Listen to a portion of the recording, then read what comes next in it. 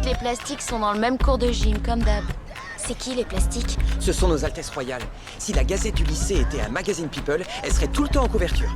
Celle-là, c'est Karen Smith, la fille la plus débile de la Terre. Damien était à côté d'elle en cours l'an dernier. Elle savait même pas comment on écrit orange. Et la rouquine, c'est Gretchen Wieners. Elle est pétée de thunes. Son père a inventé le toaster à Strudel. Non mais cette gonzesse-là, c'est une mine à potin. Elle est toujours au courant de ce que tout le monde fait. C'est pour ça qu'elle a les cheveux si épais. En fait, c'est des tentacules. Et le mal s'est réincarné dans le corps de Regina George. Ne t'arrête pas à son look de poufiasse blonde, méchante et égoïste qui te fait des grands sourires par devant et te gerbe dessus tout ce qu'elle peut dans le dos. Parce qu'en fait, elle est pire. C'est la reine des abeilles, la star. Les deux autres ne sont que des faire-valoir. Regina George.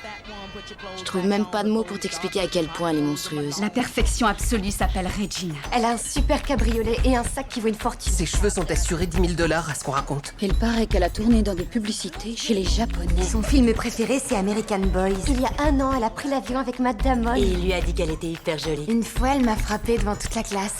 Vraiment, c'était trop top. C'est une véritable tigresse. Et elle est toujours élue reine du bal de printemps. Qu'est-ce que t'en as à faire? Je suis concerné. Tous les ans, au lycée, on organise une grande soirée qui s'appelle le bal du printemps.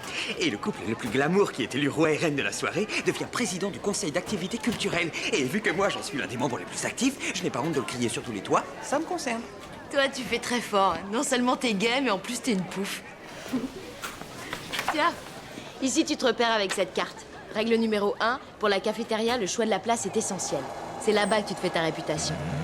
Il y a le coin des premières années, des glandeurs, des prépas, les champions de la gonflette, les shintok-tokés, les shintok-top, les athlètes qui se la pètent, les bombasses black qui se la tapent, les filles qui compensent par la bouffe, les filles qui bouffent que dalle, les victimes de la mode de l'an dernier, les à côté de la plaque, les groupies qui montrent leur admiration, les gens les plus géniaux de la Terre, et pire que tout, la table des plastiques. Salut, je fais une enquête sur les goûts des nouveaux élèves. Ça te dirait d'y participer? Bien sûr. Est-ce que tu aimes les chipolatas? En général, tu les choisis plutôt grosses ou plutôt petites, tes chipolatas?